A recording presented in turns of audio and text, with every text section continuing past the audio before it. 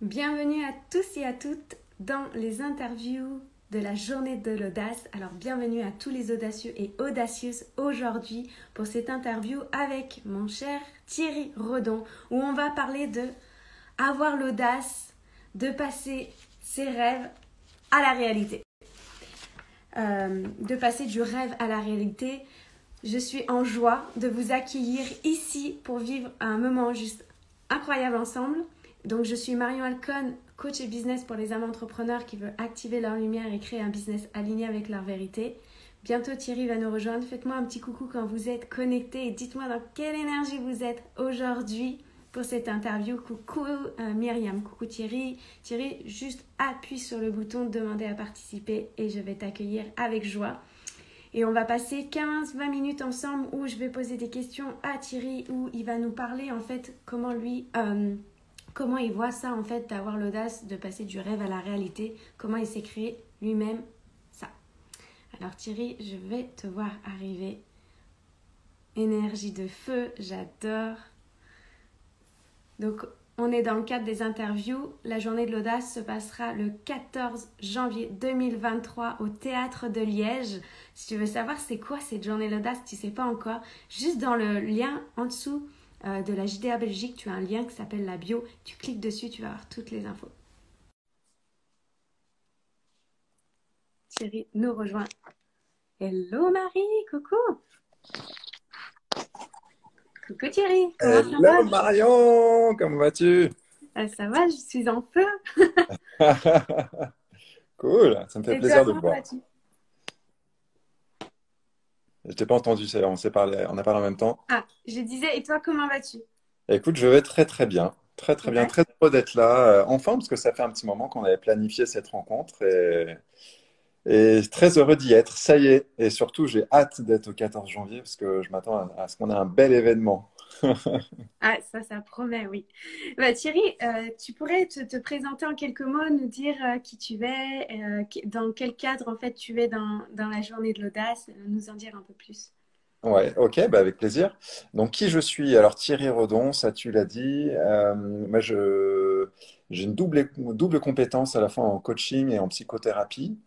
Et j'accompagne, je dirais plus spécifiquement sur le thème de la reconversion professionnelle. Et en fait, c'est même carrément ce que j'appelle moi plutôt un changement de vie. Parce que souvent, j'aime bien dire qu'en fait, plus le changement est important, plus je trouve ça sympa. Ouais. Je pense que ça part vraiment d'un besoin de changement majeur.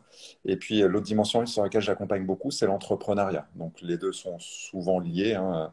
Il y a souvent toute la phase de gestation du projet, de création d'un projet dans son imaginaire, en fait, parce que tout part d'un rêve. J'aime bien cette citation aussi, qui est, me semble-t-il, d'Einstein, Ouais. qui dit que tout part d'un rêve. Tout a d'abord, enfin, toute réalisation a d'abord été rêvée dans la tête d'un homme ou d'une femme, hein. Évidemment, ça marche aussi. Et, Mhm. et puis ensuite, bah, l'enjeu, c'est de mettre ça dans une réalité. Et je crois que c'est de ça que nous allons parler aujourd'hui. Ouais, on va parler de avoir l'audace de passer du rêve à la réalité. Donc, tu vas nous en dire davantage. Et avant qu'on parle de ça, est-ce que tu peux nous dire euh, quel est ton rôle dans la JDA, toi? Alors, quel est mon rôle dans la JDA? Bah, c'est justement d'accompagner cette dimension passer du rêve à la réalité. C'est-à-dire que pendant toute la journée, on va avoir différentes étapes. En fait, on va vraiment faire vivre un processus de A à Z, du démarrage de la journée à la fin de la journée.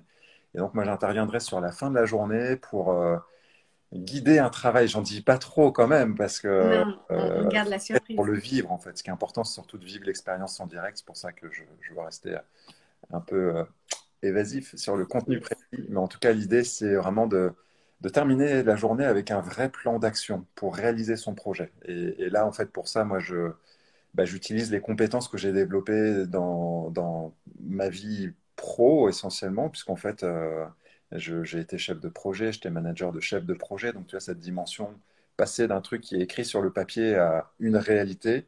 C'est vraiment quelque chose qui m'anime depuis très longtemps, en fait. Et donc, voilà, donc sur la journée de l'audace, je vais accompagner un processus par rapport à ça, pour que chacun Donc, reparte. tu feras partie des intervenants qui vont justement nous faire transformer ou passer du rêve justement à la réalité. Exact. Donc voilà. Donc déjà, tu es le premier intervenant que j'interviewe dans Ok. cette série des interviews de la journée de l'audace. Donc voilà, vous avez déjà une petite touche d'énergie, d'avant-scène de ce qui va se passer. Donc, ça va être incroyable. Donc, Thierry, est-ce que tu peux nous parler justement de comment toi tu perçois les choses en fait? Tu vois, tu as commencé à nous en parler, mais Ouais. du rêve à la réalité, tu parlais de s'autoriser à rêver grand, et on a eu une discussion aussi à ce sujet-là par rapport aussi à lâcher, on a du mal à lâcher, tu sais, à rester dans la sécurité. Est-ce que tu peux Ouais. nous en parler? Ouais, peut-être pour t'en parler, ce que je peux faire, c'est parler un petit peu de mon parcours, parce que je pense que ça donne du sens en fait à pourquoi est-ce que je vois ça comme ça. Et puis surtout, bah voilà, c'est vraiment par l'expérience que j'ai construit ça. Donc en fait, mon parcours, moi, c'est que bah déjà, j'ai passé 15 ans salarié dans des grands groupes, dans le secteur informatique et télécom. J'ai eu une carrière qui a été très diversifiée. J'ai même à un moment donné appris que j'étais dans les petits papiers. Tu sais, apparemment, il y avait un tableau genre des hauts potentiels de l'entreprise. Donc, les gens qui étaient voilà, sur une phase d'évolution intéressante et qui avaient le potentiel de monter dans les strates de l'entreprise. Mhm. Et, euh, et en fait, bah, déjà, moi, à titre perso, j'ai vécu un véritable électrochoc au lendemain de mes 30 ans, puisque je me suis séparé à ce moment-là, donc j'étais marié. Et 15 jours après avoir pris la décision de me séparer, mon père est décédé. Bon, c'était pas une surprise complète, hein, il avait une maladie, ça faisait 2 ans que, enfin voilà, sa maladie évoluait de manière très rapide, mais quoi qu'il en soit, ça m'a fait vivre une phase de questionnement extrêmement forte, tu vois, de gros questionnements existentiels. Qui suis-je? Où vais-je? Qu'est-ce que j'ai envie de faire de ma vie? Et Mhm. là, j'ai 30 ans à ce moment-là. Et c'est tout un processus, hein. C'était en fait des années de thérapie, de formation en tout genre, de stages de développement personnel en tout genre, pour finalement aller me rencontrer vraiment dans mes profondeurs. Qui je suis, qu'est-ce qui est important pour moi.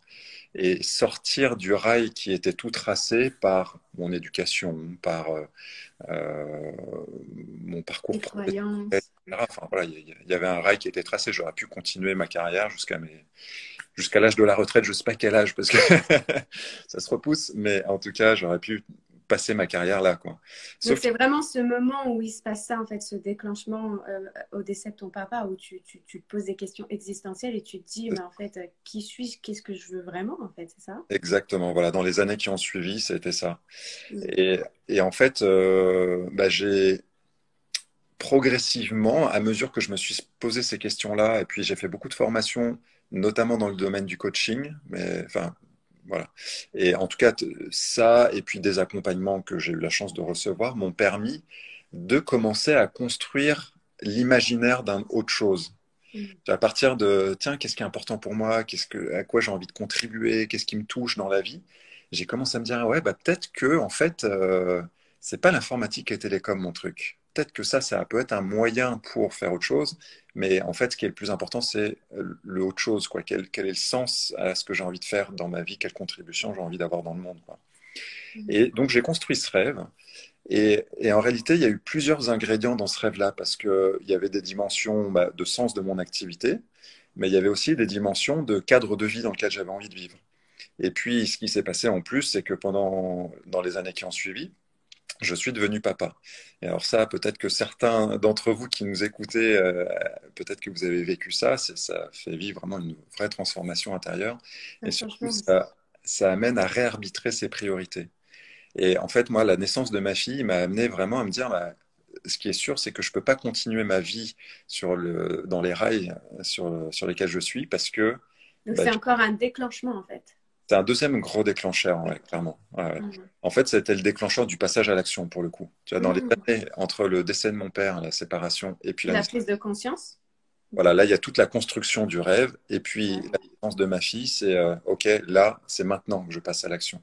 Mm. Et entre les deux, ce qui s'est passé, vraiment, c'est la construction du rêve. Et donc, ça a été, j'ai envie de faire ça professionnellement, j'ai envie de déménager parce que j'étais en région parisienne et qu'en fait, ça faisait 15 ans que j'avais envie de quitter la région parisienne, peut-être même plus que ça d'ailleurs, quasiment 20 ans que j'avais envie de quitter la région parisienne. Et puis, en fait, la vie a fait que je suis resté là, voilà, enfin, pour diverses raisons.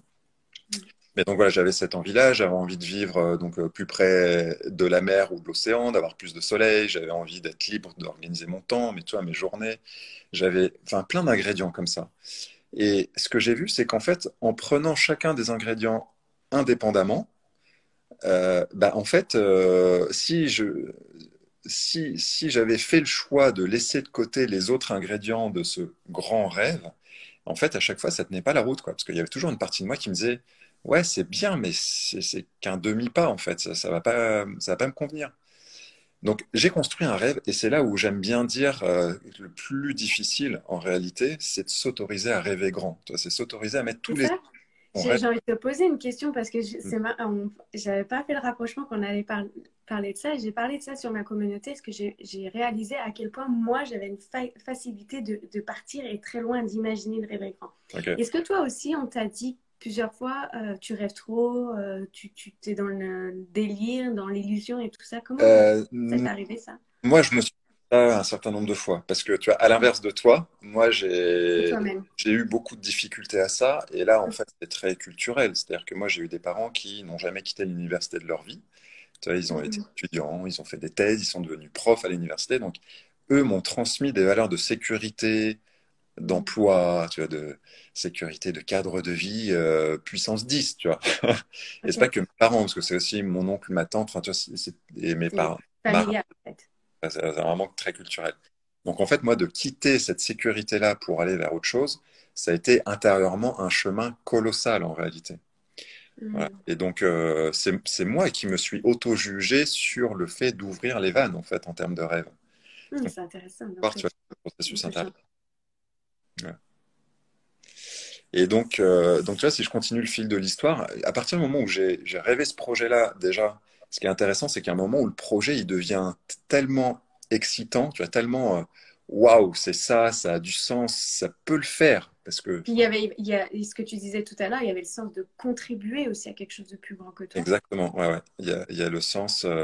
Et alors, tu vois, pour moi, j'aime bien amener une petite subtilité d'ailleurs, parce que Euh, alors, c'est un dérivé de cette notion-là, mais souvent, tu sais, on dit qu'il faut connaître son pourquoi quand on a envie d'entreprendre, quand on a envie voilà, de mener un projet important, c'est parce que c'est le pourquoi qui donne la motivation. Et moi, ce que j'ai découvert en chemin, c'est qu'en fait, eh bien, le pourquoi, tu vois, je me disais que le pourquoi, il devait être au service des autres. Tu vois, c'était genre, il faut que ça soit un pourquoi altruiste, c'est quelle est la contribution que j'ai envie d'avoir dans le monde? Parce que c'est une question quand même qui est importante. Mhm. Et je trouve en réalité qu'il y a deux pourquoi. Tu vois, si je suis très honnête avec moi, mon grand changement de vie, ça a été aussi guidé par un pourquoi intérieur. Tu vois, Mhm. bah, c'est vis-à-vis de ma fille parce que je voulais lui montrer l'exemple d'un papa qui fait quelque chose qui lui plaît, qui s'épanouit là-dedans, qui est heureux. Ça a été aussi un pourquoi en termes de confort de vie, qualité de vie pour moi. Et les deux se nourrissent en fait. Mhm. Donc En fait, tout part de j'ai soi. la paix avec ça. Tout part de soi pour pouvoir aller vers l'extérieur. Exactement. Ouais, ouais. Mhm. Et c'est là où il y a un effet miroir en fait. Parce que moi, mon grand pourquoi, j'aime bien le formuler en disant que c'est permettre à chacun de prendre sa juste place dans le monde et rayonner à partir de là. Et Mhm. en fait, moi, ça part de ma quête intérieure en réalité. Toi, ça a été ma quête.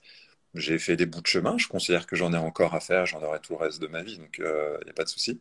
Et c'est voilà, c'est ma quête, c'est d'aider chacun à faire ce chemin-là aussi, quoi, au maximum. Wow. Donc, s'autoriser à rêver grand. Et après, justement, comment est ramené à la réalité concrètement? Est-ce que tu as un tips là que tu pourrais partager aux personnes qui nous regardent maintenant et qui nous écouteront en replay? Ouais. Déjà, en fait, moi, ce que je dirais, c'est il y a un point de bascule. À un moment donné, j'ai tellement rêvé mon projet que si je le mets pas en œuvre, je vais le regretter toute ma vie. Mhm. Et pour moi, il y a un déclic qui est très fort, c'est si je me projette à la fin de ma vie et que je regarde dans le rétroviseur, que j'ai pas fait le truc qui était mon grand waouh, comment est-ce que je vais me sentir à ce moment-là? Et souvent on dit, alors je sais jamais d'ailleurs l'expression, il vaut mieux avoir des regrets que des remords, ou l'inverse. Alors moi, les expressions, tu sais quoi, j'en invente. Alors je vais pas te Ah, là-dessus. non, je pense que c'est l'inverse, il faut pas Ah, avoir de parce que le remords, c'est justement j'aurais voulu faire, mais je l'ai pas fait.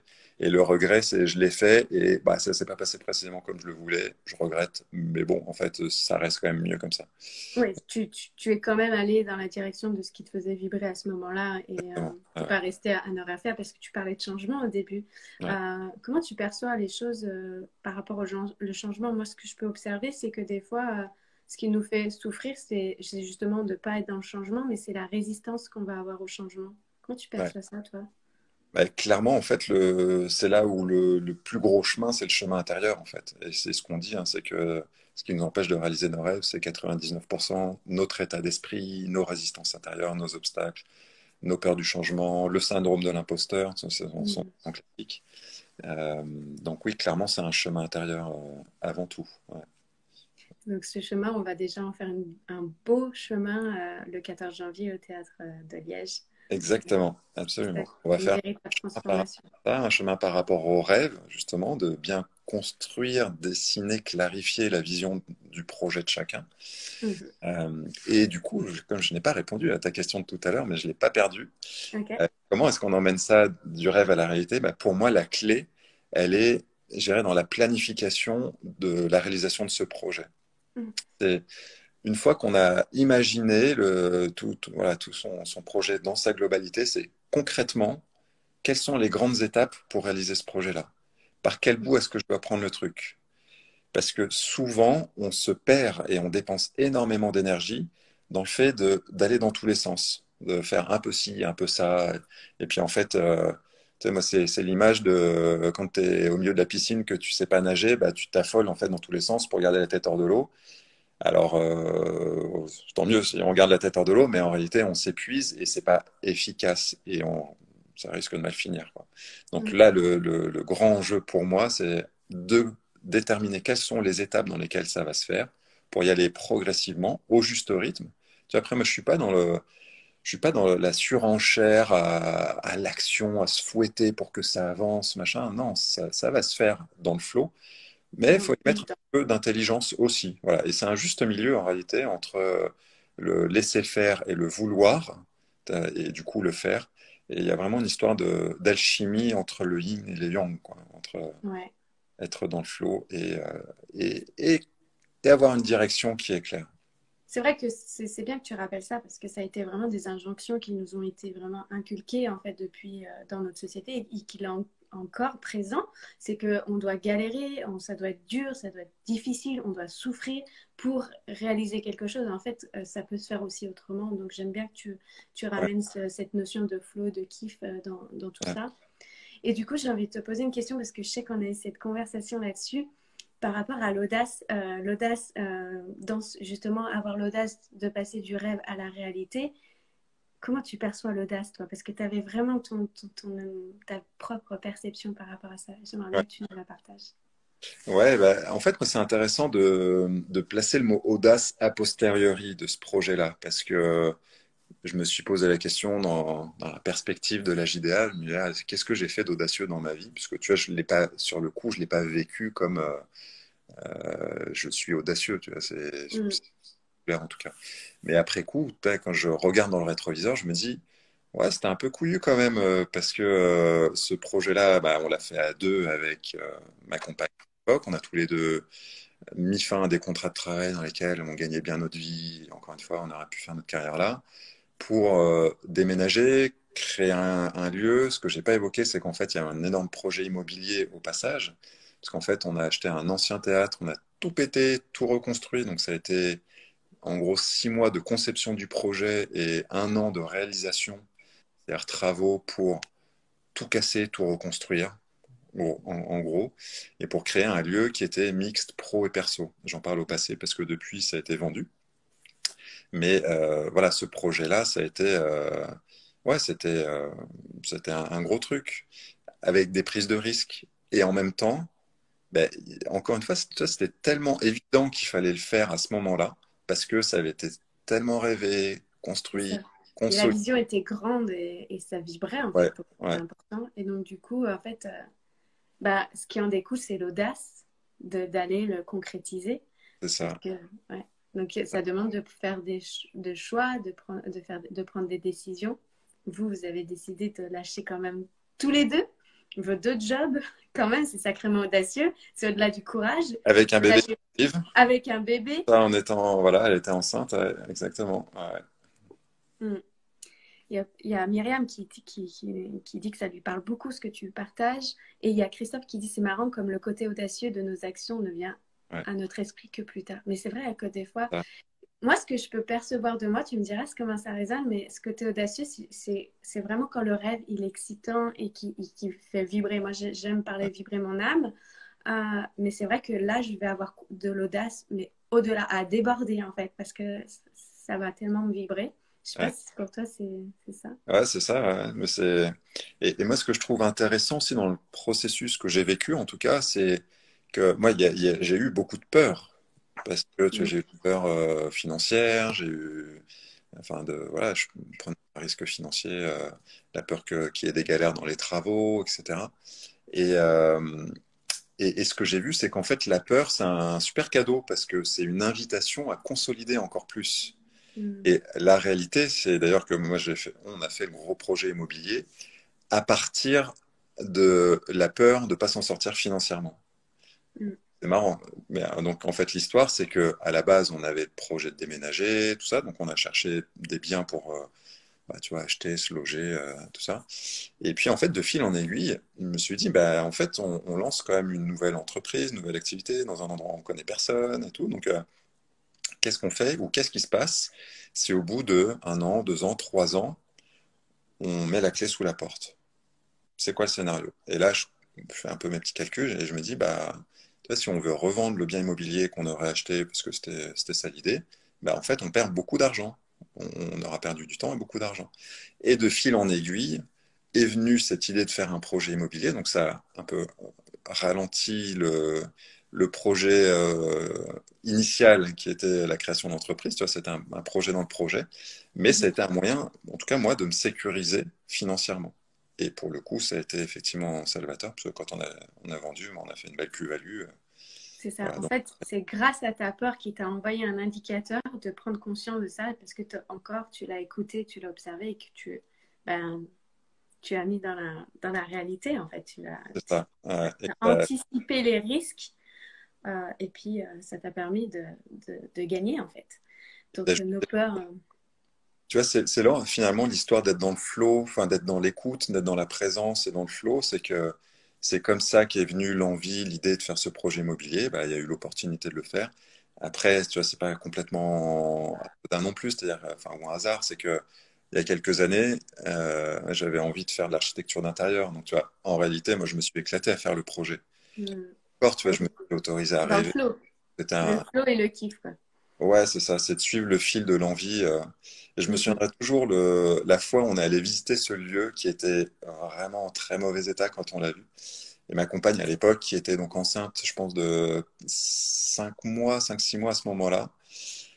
On rentre dans le lieu, c'était sombre et tout, mais il y avait vachement d'espace en hauteur sous plafond et tout. Et je rentre et je dis, waouh, c'est canon, c'est ici qu'il faut le faire, le truc. Et elle me regarde, mais t'es sûr? Et voilà, après, tu vois, mais c'est que moi j'aime ça, me projeter, et puis là, ça ouvrait le champ des possibles. Hmm, hmm. Voilà. Mais donc J'aime voilà, bien que là, je vois. je vais juste finir ça pour clôturer, parce que le temps passe très vite. Ouais, Mais j'aime bien cette notion que tu rajoutes. Tu arrives dans un endroit, c'est sombre et tout ça. Il n'y a encore pas la lumière, en fait. Il n'y a encore pas le truc qui brille. Mais en fait, toi, tu sais tellement où tu vas, c'est tellement clair. Tu as rêvé ce projet-là et tu sais. En fait, il n'y a rien qui t'arrête. Moi, j'aime bien parler de nos limites, mais il n'y a rien qui t'arrête parce que tu sais. En fait, tu as cette confiance.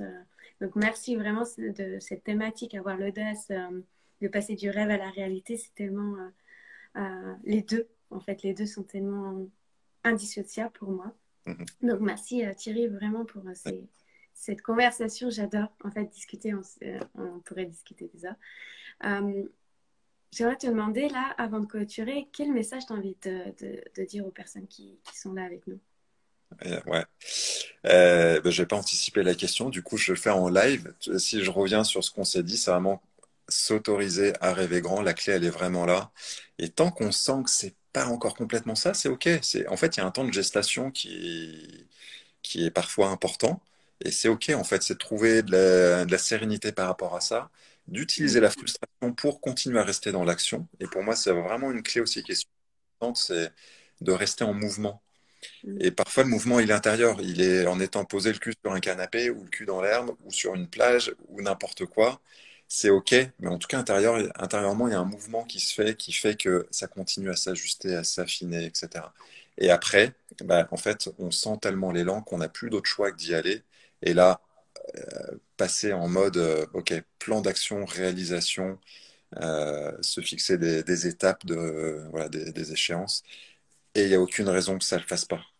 Et donc là, ça part de croire en ses rêves, croire en sa capacité à le faire, se connecter toujours à pourquoi est-ce qu'on fait ça, avec le pourquoi intérieur, pourquoi extérieur, comme je disais tout à l'heure. Donc, pourquoi en termes d'envie de contribution, en quoi est-ce que ça me nourrit moi dans mon projet, dans mon envie, mon projet de vie même. Et go, go, go, quoi. Mm. J'adore. Myriam qui dit merci pour ces mots de la fin. Rêver grand, gestation, action. J'adore. Donc, Ouais, c'est exactement ce que Thierry vient de nous partager, ce qu'on va vivre le 14 janvier 2023 au Théâtre de Liège pour la Journée de l'Audace qui est organisée par Sophie Noquin. Il va y avoir 6 ou 7 intervenants juste incroyables qui vont ouais. orchestrer tout ça, en fait, ce mouvement-là, pour vraiment que vous repartiez avec un plan d'action. C'est ça, Thierry? Exactement. Ah ouais. J'ai eu la chance de travailler tout le process avec Sophie de ce qui va se passer dans la journée. Et vraiment, ça se veut être une journée transformationnelle. Et ouais, non, ça s'annonce vraiment cool. Moi, j'ai hâte d'y être. Ouais, moi aussi. Et sacrément audacieuse, on va vraiment créer du lien, connecter ensemble, Ouais, et puis jamais seul, en fait, parce que c'est vraiment le mot ensemble aussi qui ouais. se réunit. C'est un autre mot de la fin qui est super important. Merci de le préciser. C'est que moi, j'aurais jamais fait tout ce que j'ai fait si j'étais resté tout seul dans mon coin. Mm, mm, mm. C'est en discutant avec d'autres personnes que mon projet s'est clarifié, que j'ai trouvé l'énergie, parfois des ressources, tu vois, des compétences dont on a besoin, un contact. Et voilà, donc vraiment s'entourer est absolument essentiel quand on est dans un projet important comme ça. Mm. C'est bon. Merci Thierry pour ces mots de la fin. Alors, si toi, ça t'a activé quelque chose à l'intérieur pour rejoindre cet événement, le lien, il est dans la bio de la JDA Belgique où tu demandes en commentaire et l'équipe com se fera un plaisir de t'envoyer. Il y a des places, elles sont limitées pour nous rejoindre, mais on va vraiment vivre une journée transformationnelle. Je ne sais pas si ça se dit ça, mais j'ai envie de le dire. Ça se dit.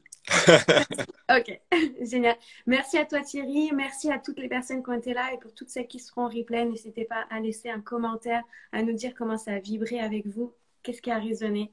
Et on se retrouve la semaine prochaine pour une nouvelle interview audacieuse. Merci Thierry, bisous à tout le monde et à très vite. Salut Marion, ciao à tout le monde. Salut.